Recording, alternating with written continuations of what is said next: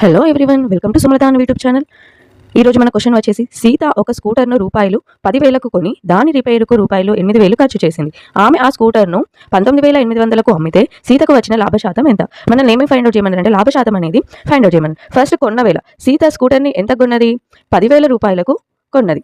ఎంతకు మళ్ళీ రిపేర్ చేయించింది? 8,000 రూపాయలకు రిపేర్ చేయించింది. అంటే సీత ఆ స్కూటర్కి ఎంత ఖర్చు చేసింది? టోటల్గా 18,000 రూపాయలను ఖర్చు చేసింది. మళ్ళీ సీత అనే అమ్మాయి ఆ స్కూటర్ని అమ్మిన వేల 19,800 రూపాయలకు అమ్మింది. ఇప్పుడు అమ్మిన వేల నుంచి మనకు కొన్న వేలను తీసేస్తే ఏమొస్తుంది? ఆ సీతకు వచ్చిన లాభం అనేది వస్తుంది.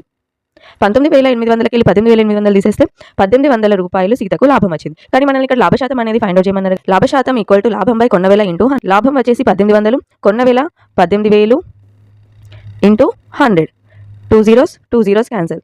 18 1s 18, 10s 0 0 క్యాన్సల్. అంటే సీతకు వచ్చిన